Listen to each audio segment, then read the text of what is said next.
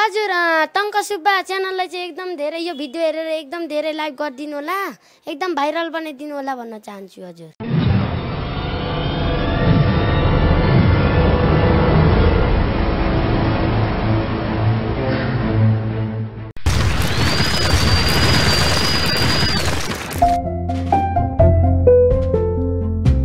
Hong Kong आइपुगेर मात्र मैले थाहा पाएँ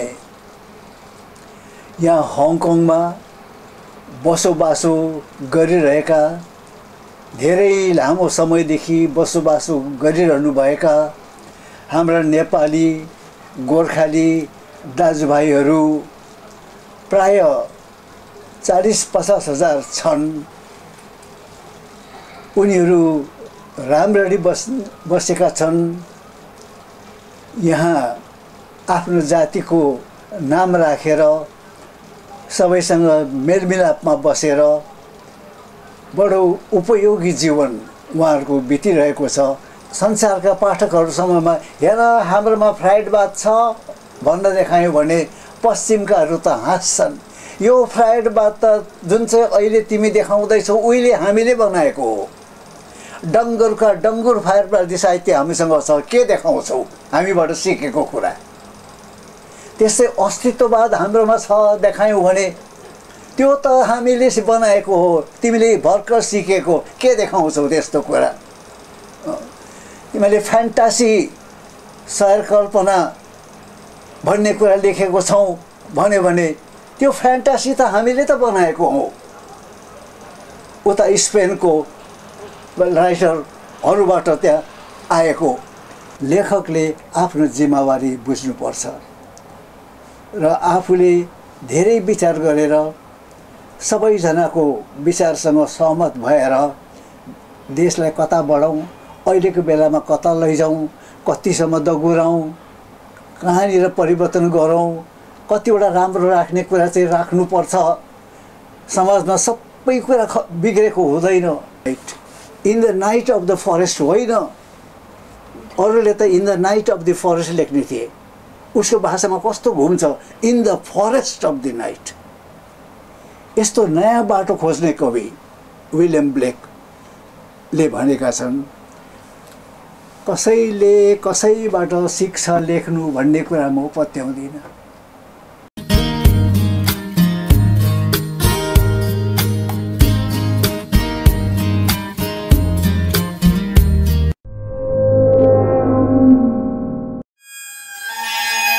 नमस्ते, म टङ्क सम्मान्थे।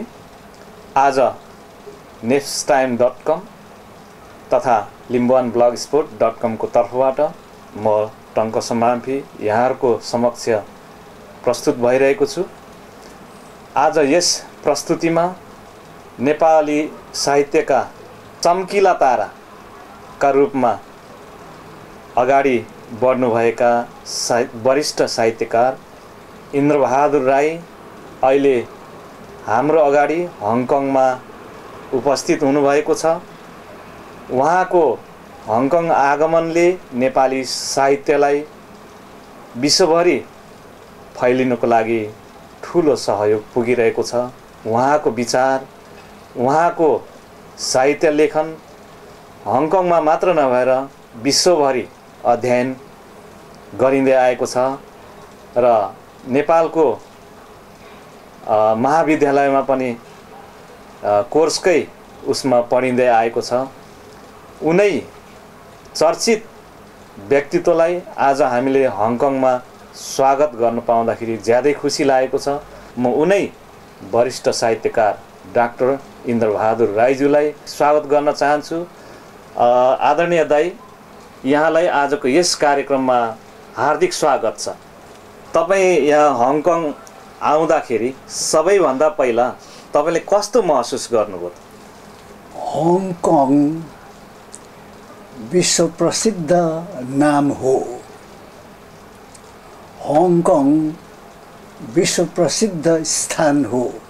हाम्रो नेपाली संसारको निम्ति, नेपाली जगतको निम्ति, नेपाली हामी मानिसहरूको निम्ति पनि हङकङ उत्तिकै महत्त्वपूर्ण, उत्तिकै प्यारो ठाउँ हो भन्ने हङकङ आइपुगेर मैले थाहा पाएँ। यहाँ हङकङमा बसोबासो गरिरहेका, धेरै लामो समयदेखि बसोबासो गरिरहनुभएका हाम्रा नेपाली गोर्खाली दाजुभाइहरू प्राय 40-50 हजार छन्। उनीहरू राम्ररी बसेका छन्। यहाँ आफ्नो जातिको नाम राखेर सबैसँग मेलमिलापमा बसेर बडो उपयोगी जीवन उहाँहरूको बितिरहेको छ जान्न पाउँदा। अनि यो खबर मैले बाहिरका हाम्रा नेपालीहरूलाई, दार्जिलिङका, सिक्किमका, आसामका, देहरादुन भाग्सुका, जलपाइगुडी डुवर्सकाहरूमा पनि यो खबर पुर्याउन पाउँछु भन्दा कता हो कता हर्ष लागेको छ। अनि साँच्चै नै उहाँहरूले यहाँ बडो गौरवपूर्वकको जीवन बिताउनु भएको छ। हामीलाई गर्व गर्नु लायकको जीवन, सामाजिक जीवन, जातीय जीवन बिताइरहनु भएको छ भन्ने कुरा एकदमै साँचो हो, जुन कुरा नेपाली जगत अन्य ठाउँकाहरूले पनि जान्न पर्ने कुरो हो। अनि तपाईँ हङकङ नेपाली महासङ्घ तथा नेपाली साहित्य प्रतिष्ठान हङकङको निमन्त्रणामा एउटा साहित्यिक विचार विमर्शमा यहाँ आइपुग्नुभयो होइन, र विचार विमर्शमा पनि तपाईँ सामेल भइसक्नुभयो। र त्यो विचार विमर्शलाई तपाईँले कसरी लिनुभएको छ त दाइ? मैले एउटा पत्र पाएँ हङकङ नेपाली महासभाबाट, जसमा मलाई यहाँ आउने निमन्त्रणा थियो। उनीहरूमा श्री प्रदीप थापा हङकङ महासभाका अध्यक्ष, उहाँको नाम त मैले पाएँ नै पत्रमा। रिता गुरुङ सचिव सायद, अनि अन्य पनि पदाधिकारीहरूको सही भएको कागज मैले पाएँ। त्यो कागज पाएर मात्र मलाई थाहा भयो हङकङ नेपाली महासभा एउटा संस्था रहेछ भनेर। यो संस्थाले के काम गर्दैछ, कसो गर्दैछ केही पनि थाहा थिएन। कारण आजसम्म हङकङका नेपालीहरूको सम्बन्धमा यहाँका समाज समिति सङ्गठनका सम्बन्धमा बाहिर राम्रो जानकारी पुगेकै छैन। म पनि त्यस्तै राम्रो जानकारी नपाउने मानिस मध्येको एक थिएँ। तर यहाँ आएपछि बिस्तारो मैले सबै कुरा बुझ्दै गएँ। अनि जति बुझेँ उति खुसी लाग्दै गयो, जति थाहा पाएँ उति म गर्वित बन्दै गएँ। र कति राम्ररी सुचारू रूपले सबैको सल्लाहले यहाँ नेपाली जातिलाई कता डोर्याउनु पर्छ, नेपाली साहित्यलाई कता लैजानु पर्छ, यसको कामको निम्ति अरू के काम गर्नुपर्नेछ, सबैले टाउको जोडेर सबैले एक मतले यो काममा के गर्नुपर्छ उहाँहरूले आपसमा सल्लाह गरेर काम गर्नुभएको।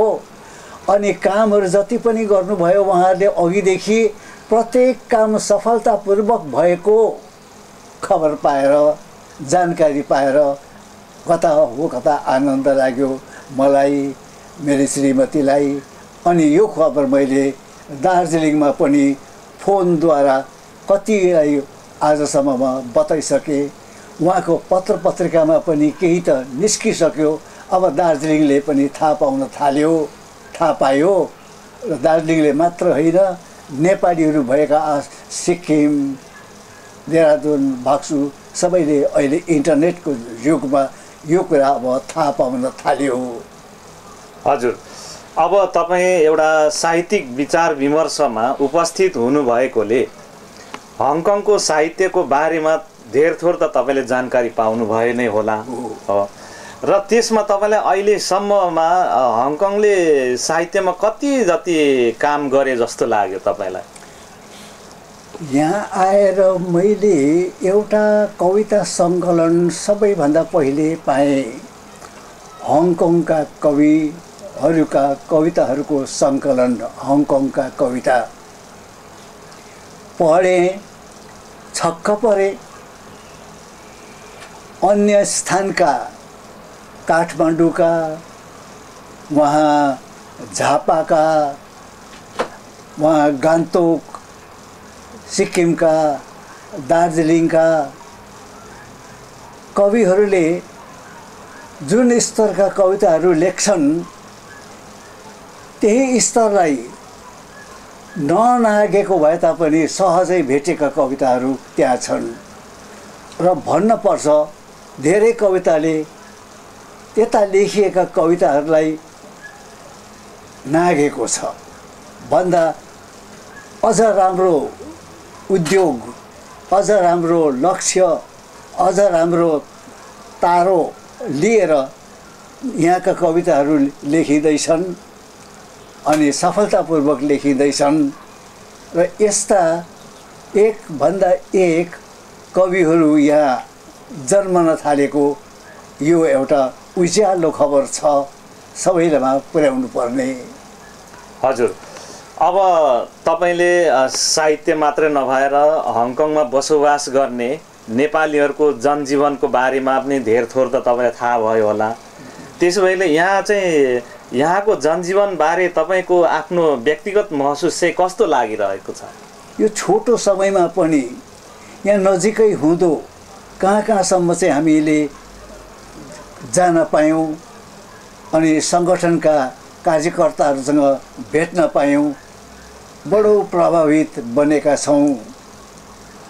नेपाली साहित्य प्रतिष्ठानले गरेको काम देख्यौँ, त्यस्तै अरू सङ्गठनहरूले निकालेका पत्र पत्रिकाहरू देख्यौँ। माथि उठेको स्तरका प्रकाशनहरू उहाँहरूबाट प्रकाशित छन्। जुन पत्रिकाहरू कति त मैले प्रति बोकेको छु, लगेर देखाउँदा काठमाडौँकोहरूले पनि हो काम भएछ भन्ने छन्, दार्जिलिङकाहरूले पनि भन्ने छन्, गान्तोककाहरूले पनि भन्ने छन्, आसामकाहरूले पनि भन्ने छन्। यस्तो राम्रो काम भइराखेको ठाउँमा हामी आइपुग्यौँ, यो कुरा देख्न पायौँ, हाम्रो सौभाग्य हो। हजुर, अब अलिकति तपाईँसँग जोडिएको साहित्यको बारेमा म कुरा गर्न चाहन्छु। सर्वप्रथम तपाईँहरू तेस्रो आयाम हुँदै लीला लेखनसम्म आइपुग्नुभयो र तपाईँले त्यही लीला लेखन मार्फत विभिन्न उपन्यासहरू पनि प्रस्तुत गर्नुभयो, कथाहरू पनि प्रस्तुत गर्नुभयो र नेपालमा त्यो कथा अथवा तपाईँहरूको जुन एउटा लीला लेखन पनि ज्यादै लोकप्रिय पनि भयो र अहिले त्यो लेखन चाहिँ नेपालमा अथवा विश्वमा के कसरी चलिरहेको होला दाइ? दुईटा आन्दोलन, लेखनको आन्दोलन, लेखाइको आन्दोलन गऱ्यौँ। एउटाको नाम आयामिक लेखन आन्दोलन अनि अर्कोको नाम लीला लेखन आन्दोलन। कुनै आन्दोलन सुरु भएपछि, त्यसलाई प्रारम्भ गरिएपछि त्यसका सिद्धान्तहरू बताउनै पर्छ पाठकवर्गलाई, त्यो हाम्रो कर्तव्य हो। र यो काम गर्नका निम्ति आयामिक लेखन सिद्धान्त के हो बताउनका लागि बैरागी काइँला तिलविक्रम नेम्बाङ, वर्तमान प्रज्ञा प्रतिष्ठान, नेपाल प्रज्ञा प्रतिष्ठानका कुलपति, उहाँले यसको प्रारम्भिक कालदेखि नै सम्पादकीयहरू लेखेर हाम्रो तेस्रो आयाम भन्ने पत्रिका थियो, यसका सम्पादक उहाँ हुनुहुन्थ्यो। उहाँले सम्पादकीयहरू लेखेर यो स्पष्ट बताउँदै आउनुभएको हो। 25 वर्षसम्म पनि कति भाषणहरूमा सभाहरूमा बोल्नुभएको हो। त्यसै गरेर ईश्वर बल्लभ जो अब हुनुहुन्न, हामी तीनजनामा एकजना उहाँ हुनुहुन्थ्यो। उहाँले झन् कि पुस्तकका पुस्तक भूमिकाहरू मात्र भन्ने पुस्तक पनि लेख्नुभयो। अरू पुस्तक अनेक पत्र पत्रिकाहरूमा आयामिक लेखनमाथि उहाँले लेखहरू प्रकाशित गर्नुभएको छ। र काइँला र ईश्वर बल्लभले सिद्धान्त प्रतिपादन मात्र होइन, आयामिक लेखन, आयामिक कविता कस्तो हुन्छ त्यसको उदाहरण स्वरूप धेरै कविताहरू पनि लेख्नु भएको छ। काइँलाको बैरागी काइँलाका कविता सङ्कलन प्रकाशित छ।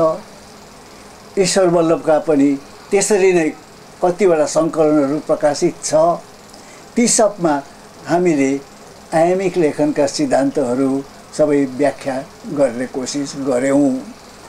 छोटोमा भन्नु पर्यो भनेदेखि आयामिक लेखनमा हामी गहिर्याई लेख्नु, किनभने विज्ञानमा रिलेटिभिटी, सापेक्षतावाद, सापेक्षता भन्ने जुन वैज्ञानिक सिद्धान्त हो, त्यसले भन्छ लम्बाइ चौडाइ, लम्बाइ पहिलो आयाम, चौडाइ दोस्रो आयाम, अनि मोटाइ वा गहिर्याई तेस्रो आयाम। अबका लेखन, अबका कथा, कविता, आख्यान, काव्यहरूमा वैचारिक गहनता हुनुपर्छ, त्यो मोटाइ हुनुपर्छ। खालि भावना मात्रै भएर हुँदैन, खालि कल्पना मात्रै भएर हुँदैन, सामाजिक चेतना पनि हुनुपर्छ। मानिसको जीवन सम्बन्धमा आफ्नो के विचार आयो त्यो सबहरू पनि हालेर लेख्नुपर्छ। जे भए तापनि वैचारिकता होस्, वैचारिकता नै तेस्रो आयाम हो भन्ने विचार राखेर धेरै कुराहरू लेख्यौँ। त्यसपछि हामी छुट्यौँ, सँगै दार्जिलिङमा हुँदा त्यो काम गऱ्यौँ। त्यसपछि बैरागी काइँला नेपाल फर्किनुभयो। ईश्वर बल्लभ केही काल अझै दार्जिलिङ बस्नुभयो। पछि उहाँ पनि नेपाल नै फर्कनुभयो। हामी छुट्यौँ। अनि छुट्टिए तापनि त्यो आयामिक लेखनको जुन चाहिँ सिद्धान्त थियो, त्यो सिद्धान्त तिनैजनाको मनबाट मेटिएन। अनि त्यसै सिद्धान्तहरूमा आधारित गरेर त्यसैको आधारमा लीला लेखन सिद्धान्त बढ्यो। त्यो पनि र हामीले लीला लेखन सिद्धान्त जसलाई भन्छौँ त्यो आयामिक सिद्धान्तबाटै बढेको हो। त्यसका अघि अरू पक्षलाई बढाएको थियौँ, अब त्यसको अर्को पक्षलाई बढायौँ, तर यो पनि त्यसैबाट बढेको हो। त यो लीला लेखनले धेरै कुरा भन्छ, धेरैवटा कुराहरू भन्छ। यो पनि यसले भनेको कुराहरूमध्येमा एउटा कुरा उसले यही भन्छ, संसारमा कुनै कुराको पनि निश्चिती पक्का यसै हो भनेर हामी भन्न सक्दैनौँ। हामीले विचार गरेको कुरा ठिक पनि हुनसक्छ, नठिक पनि हुनसक्छ। अरूले विचार गरेको कुरा नठिक पनि हुनसक्छ, ठिक पनि हुनसक्छ।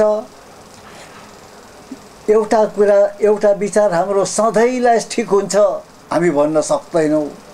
यो सधैँलाई नठिक हुन्छ पनि भन्न सक्दैनौँ। यसको समय अनुसारले, यो सापेक्षता अनुसारले यो कहिले ठिक कहिले नठिक हुँदै जान्छ। यति मात्रै होइन, हाम्रो सारा बौद्धिकता नै त्यस्तै हुन्छ। अनि यी सब कुराहरू भन्नको लागि हामीले त्यसै मुखले मात्र भनेको होइन। यो सब भन्नभन्दा पहिले हामीले वैज्ञानिक सिद्धान्तहरू, दार्शनिक सिद्धान्तहरू का पुस्तकहरू पनि हेऱ्यौँ। अहिलेको अहिलेको विज्ञानले जसलाई क्वान्टम फिजिक्स भनिन्छ, प्रमात्रा विज्ञान भनिन्छ, त्यसमा सर्टेन्टी निश्चितता भन्ने छँदै छैन। जब विज्ञानले भन्छ निश्चिती भन्ने छँदै हुँदैन, फाइनलिटी अन्तिमता भन्ने हुँदैन, अहिलेको नयाँभन्दा नयाँ विज्ञानले जब यो कुरा भन्छ भनेदेखि त्यही कुरालाई हामीले शिरोधार्य गरेर हो यो कुरा साँच्चै हो विज्ञान सम्बन्धले भनेको र यो कुरा हाम्रो जीवनमा पनि लाग्छ, हाम्रो विचार गराइमा पनि लाग्छ, हाम्रो दिनदिनको हाम्रो जुन मन्तव्य वक्तव्यहरू हुन्छ त्यसमा पनि लाग्छ।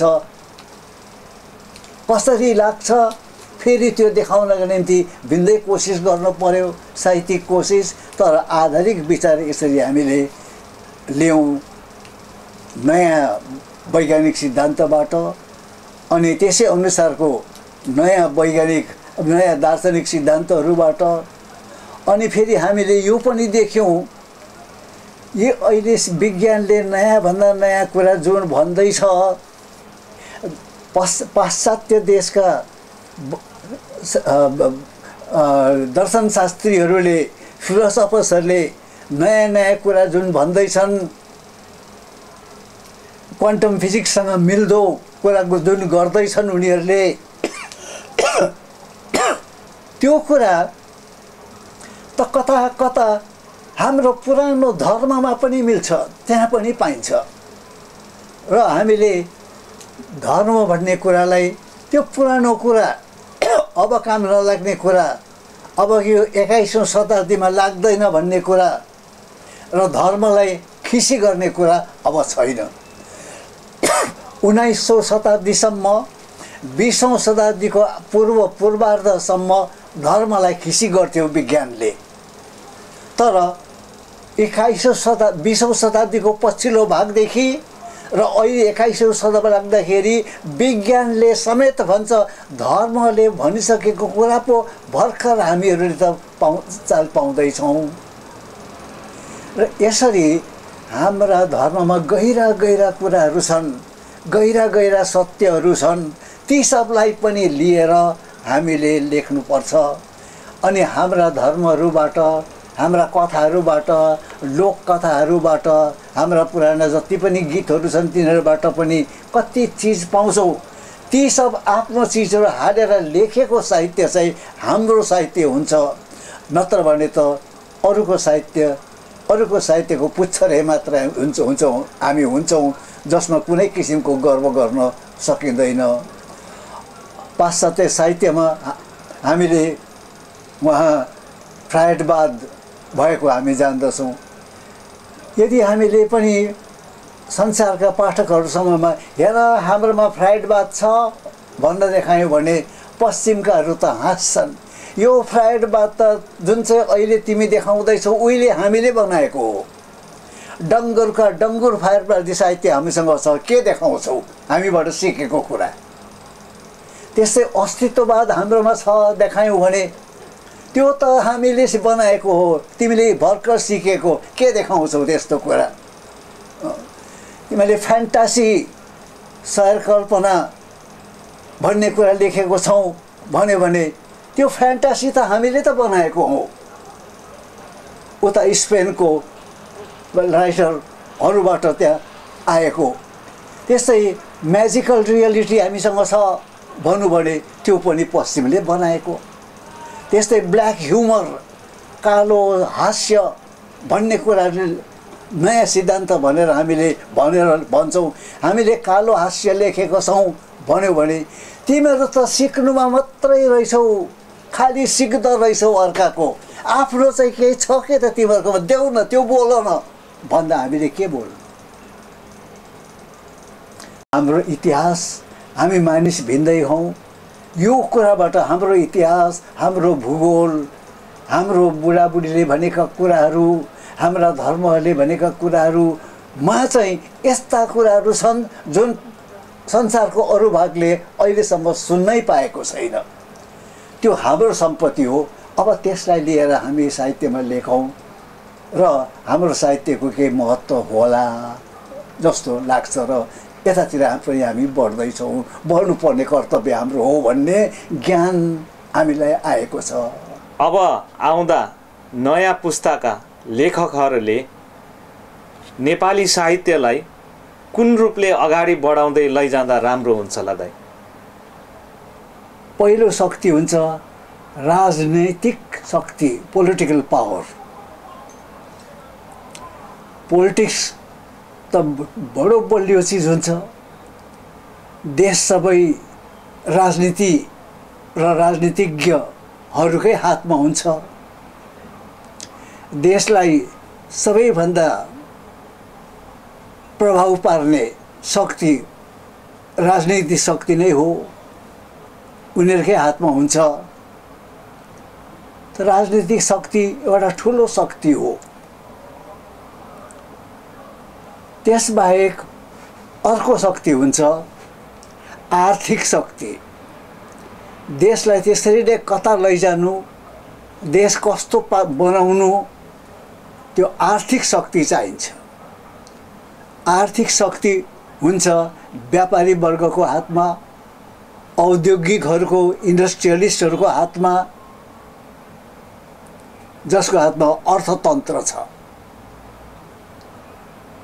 उनीहरूले देशलाई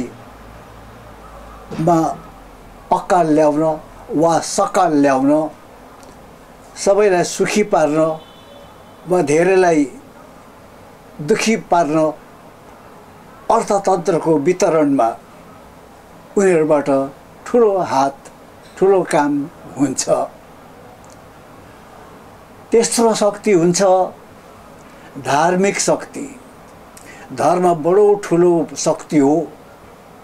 धर्मको लागि मानिसहरू सहजै खुसीले मर्छन् पनि, मार्छन् पनि, आफ्नो सर्वस्व लुटाउँछन् पनि, सब चिज छोडेर नाङ्गै भएर घर छाडेर, राज्य छाडेर पनि हिँड्छन्। एउटा ठुलो शक्ति छ। यो शक्ति धर्मका गुरुहरूको हातमा रहन्छ। समाजलाई डोर्याउनका निम्ति राजनीतिक शक्तिले मात्र पुग्दैन, आर्थिक शक्तिले मात्र हुँदैन, अरू शक्तिहरूको पनि सहायता चाहिन्छ।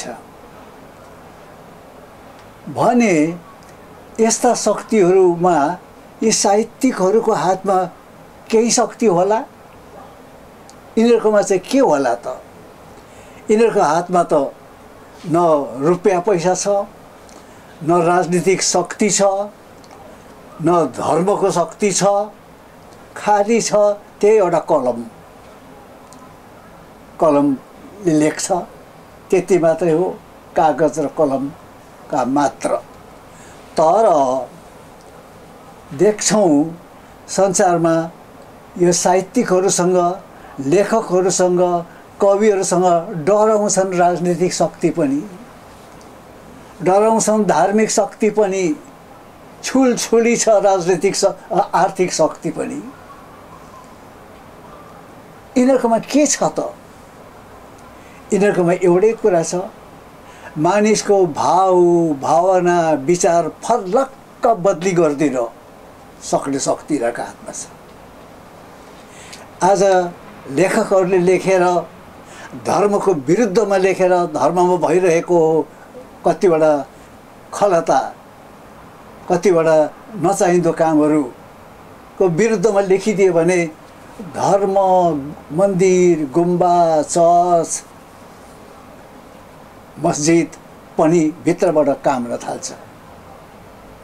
कारण मानिसहरूको भाव भावना परिवर्तन हुन्छ अनि अघि जस्तै राम्रो फेरि ढोक गर्न, भक्तिभाव गर्न छाड्छन्, प्रश्न गर्न थाल्छन्। यसरी नै आर्थिक शक्तिको विरुद्धमा लेखकहरू खनियो भने त्यस्तै समाज बिग्रन्छ। अरू त के कुरा, लेखकहरूले भाषा मात्रै पनि बदली गरिदिए भनेदेखि मानिसको मनोविज्ञान बदली हुन्छ, संसारको त्यो जग हल्लिन्छ भाषा मात्रै बदली गरिदिँदाखेरि पनि। र कवितामा नयाँ भाषा चलाउने, नयाँ प्रकारले भाषा चलाउनेहरू साह्रै नै क्रान्तिकारीहरू हुन्छन्, यो अर्को कुरा बुझ्नु सक्ने। र यसरी सारा जनतालाई राजनीतिकहरूको विरुद्धमा खन्याउन सक्ने, औद्योगिकहरूको विरुद्धमा लगाइदिन सक्ने, धर्मका गुरुहरूको विरुद्धमा लगाइदिन सक्ने इमोसनल पावर, भावना विचारलाई परिवर्तन गरिदिन सक्ने शक्ति लेखकहरूको हातमा हुन्छ। र यसरी भएको कारणले लेखकले आफ्नो जिम्मेवारी बुझ्नुपर्छ र आफूले धेरै विचार गरेर सबैजनाको विचारसँग सहमत भएर देशलाई कता बढाउँ, अहिलेको बेलामा कता लैजाउँ, कतिसम्म दगुराउँ, कहाँनिर परिवर्तन गरौँ, कतिवटा राम्रो राख्ने कुरा चाहिँ राख्नुपर्छ। समाजमा सबै कुरा बिग्रेको हुँदैन, कतिवटा राम्रो कुरा हुन्छ संसारमा, राम्रो कुरा हुन्छ र नै त्यो संसार एक पाखा चाहिँ कुहेको भए तापनि त्यो समाज तगेरै रहेको हुन्छ। यस्तो राख्नुपर्ने कुराहरू त राख्नुपर्छ भन्ने यसरी छुट्याउने काम लेखकहरूले गरिदिए भनेदेखि समाजलाई कता लैजानु पर्ने त्यो दिशा लेखकहरूले आफ्नो आफ्नो बुद्धिले, आफ्नो आफ्नो स्वविवेकले, आपसमा वाद विवाद भएर, चर्चा भएर कता लैजानु पर्ने त्यो जिम्मेवारी लेखकले समाजलाईको कल्याण नै हुन्छ। हजुर, अब नयाँ लेखकहरूको दायित्वको विषयमा अलिकति तपाईँले बताउनु भयो होइन। अब यो तपाईँ यो लेखन क्षेत्रमा लाग्नु भएको, अब बढीभन्दा बढी कसलाई बढी जस दिन चाहनुहुन्छ? सिकारु लेखकहरू थियौँ, सिकारु कविहरू थियौँ, सिकारु कथाकारहरू थियौँ। हामी कस्तो प्रकारको, कस्तो किसिमको कवि हुनु ठिक छ, कस्तो किसिमको कथाकार हुनु ठिक थियो, त्यो त्यस बेला हामीले थाहा पाउँदैनथ्यौँ। मानिलिनुहोस् यहाँले स्कुल फाइनल पास गर्नुभयो, अब कलेज जान चाहनुहुन्छ, त्यति बेला तपाईँले मनमा पक्का गर्नुहुन्छ, घरमा परिवारमा आफ्ना शिक्षकहरूलाई सोधेर म कहाँ जाउँ, कलापट्टि जाउँ कि विज्ञानपट्टि जाउँ कि वाणिज्यपट्टि जाउँ कि आफूले निर्णय गर्नुपर्छ। अनि कलापट्टि जाउँ भन्ने हो भने पनि कुन कलेजमा कलाको राम्रो शिक्षा दिने प्रोफेसरहरू छन् त्यो कलेजमा गएर भर्ती हुन्छु भन्न तपाईले विवेक गर्नुपर्छ। तर लेखक हुँदाखेरि म कुन कलेजमा कुन स्कुलमा भर्ना हौँ कसैले हामीलाई सल्लाह दिँदैनथे। हामीले जुन किताब भेटायौँ, लाइब्रेरीमा जस्तो किताब भेटायौँ, साथीकोबाट जस्तो किताब हामीले मागेर पढ्न पायौँ, त्यसैले प्रभावित भएर त्यस्तै लेख्न थाल्थ्यौँ। हामीलाई कसैले यो कलेजमा जानु, त्यहाँ कलेजमा राम्रो प्रोफेसर छ, यस्तो त लेखक हुन थाल्दा यस्तो सल्लाह त हामी पाउँदैनथ्यौँ। जे पनि पढ्दै जान्छौँ, पछि भने आफूलाई कता कता अलिकति थाहा लाग्न थाल्छ। यो किसिमको लेखनले चाहिँ म यति पर मात्रै बढ्न सक्ने रहेछु, तर लेख्नुपर्ने त यति धेरै कुराहरू रहेछ। अर्को तरिका समातिदिए भने हामीले यति पुग्ने रहेछौँ, यो कलेज चाहिँ राम्रो रहेछ भनेको जस्तो, यो प्रोफेसरले राम्रो पढाउन सक्छ भनेको जस्तो अलि अन्दाजी पाउन सक्छौँ। र यसरी आफैले बाटो खोज्दै, आफैले चेतना पाउँदै बढ्नुपर्ने बाटो क्षेत्र छ साहित्य लेखनको। अनि हामीले अरूलाई सोधेर पनि अरूबाट सल्लाह मागेर पनि केही त राम्रो सल्लाह पाइन्छ अवश्य नै, तर पुरै सल्लाह पाउँछौँ, अरूको सल्लाह हामी पुरै लिन्छौँ पनि भन्न पनि सकिँदैन। किनभने आफ्नो आफ्नो प्रकृति हुन्छ, सबैको आफ्नो आफ्नो प्रवृत्ति हुन्छ, आफ्नो आफ्नो बानी बेहोरा हुन्छ, आफ्नो आफ्नो सीमा हुन्छ, आफ्नो आफ्नो शक्ति हुन्छ। यसै कुरालाई अङ्ग्रेजीमा एकजना ठुला कवि छन्, रोमान्टिक कवि, प्री रोमान्टिक भन्छन् उनीहरूलाई, विलियम ब्लेक। टाइगर कविता लेख्ने, ल्याम्ब कविता लेख्ने, tiger tiger burning bright in the forest of the night. कस्तो भाषा घुमाउने सक्ने सक्छ। टाइगर टाइगर बर्निङ ब्राइट, कस्तो भाषा घुमाए उनले। टाइगर बर्निङ, यतातिर यहाँ हेर्दिनु हजुर, टाइगर बर्निङ कस्तो भाषा घुमाए उनले। कति बेला burning in the forest of the night, in the night of the forest होइन, अरूले त in the night of the forest लेख्ने थिए, उसको भाषामा कस्तो घुम्छ, in the forest of the night. यस्तो नयाँ बाटो खोज्ने कवि विलियम ब्लेकले भनेका छन्, कसैले कसैबाट सिक्छ लेख्नु भन्ने कुरा म पत्याउँदिनँ। अनि उनले उदाहरण दिन्छन्, चाँपको रुखले कसरी फुल्नु भन्ने कुरा गुराँसको रुखबाट सिक्छ, त्यो आफै फुल्छ। अनि चाँप फुलाउँछ, त्यसले अरूबाट सिकेर फुलाएको भए त चाँपको रुखले पनि गुराँसै फुलाउँथ्यो होला नि, तर त्यसले त चाँप फुलाउनु पर्दा त त्यसको विशेषता रहन्छ। यसरी नै पयुँको रुखले चाँपबाट सिकेको होइन। यसो गर्दा यो केले गर्छ, हरेक व्यक्तिको आफ्नो आफ्नो संरचना हुन्छ, मानसिक बौद्धिक संरचना। हामीले पढेका कुराहरूबाट बनेको हुन्छ हाम्रो मानसिक बौद्धिक संरचना। हामीले भोगेको जीवनको अनुभवहरूबाट बनेको हुन्छ मानसिक बौद्धिक संरचना। मानसिक बौद्धिक संरचना प्रत्येक व्यक्तिको भिन्दा भिन्दै बनेको हुन्छ